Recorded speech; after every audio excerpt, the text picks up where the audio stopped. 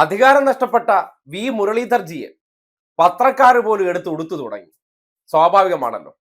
ഇന്നലകളിൽ അധികാരത്തിന്റെ ആനപ്പുറത്തിരിക്കുമ്പോൾ ചെയ്തു കൂട്ടിയ പ്രവർത്തനങ്ങൾക്കെല്ലാം പിന്നീട് മറുപടി പറയേണ്ടി വരും. അല്ലെങ്കിൽ അന്നത്തെ സന്ദർഭത്തിൽ കാട്ടിക്കൂട്ടിക്കൊണ്ടിരുന്ന തോന്നിവാസങ്ങൾക്കെല്ലാം ഈ നാട് പറഞ്ഞിരുന്നു ഒരു കാലത്ത് ഇതിൽ നിന്നെല്ലാം താഴെ വന്ന് സമ്മാനം മേടിക്കേണ്ടി വരുമെന്നുള്ള ആ കാലത്തിലേക്ക് എത്തിയിരിക്കുകയാണ്.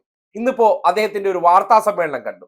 സ്വാഭാവികമായിട്ട് സർക്കാരിനെ പണ്ടത്തെ പോലെ വന്ന് 10 പുലഭ്യം പറഞ്ഞ് എന്റെ പേരൊന്ന് മാധ്യമങ്ങളിൽ നിറച്ചു നിർത്തുക എന്നുള്ളതായിരുന്നു ഉദ്ദേശം. പക്ഷെ എന്ത് വേണം, പഴയതുപോലെയുള്ള ഡയലോഗുകൾക്ക് അത്ര സ്വീകാര്യതയില്ല. കാര്യം അന്ന് അധികാരമുള്ള സന്ദർഭത്തിൽ എടുത്ത് തോളിൽ വയ്ക്കാൻ ആളുണ്ട്. ഇന്നിപ്പോ അദ്ദേഹത്തിന് ചുറ്റും വലിയ ആൾക്കൂട്ടം പോലും ഇല്ലാത്തൊരവസ്ഥയെത്തി. ഈ അധികാര കേന്ദ്രം മാറിയപ്പോൾ സ്വാഭാവികമായിട്ട് ആൾക്കൂട്ടം എങ്ങോട്ട് പോയി?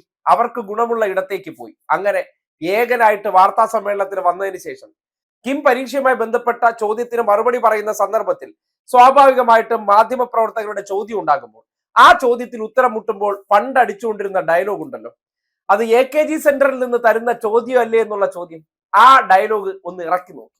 എന്ത് വേണം?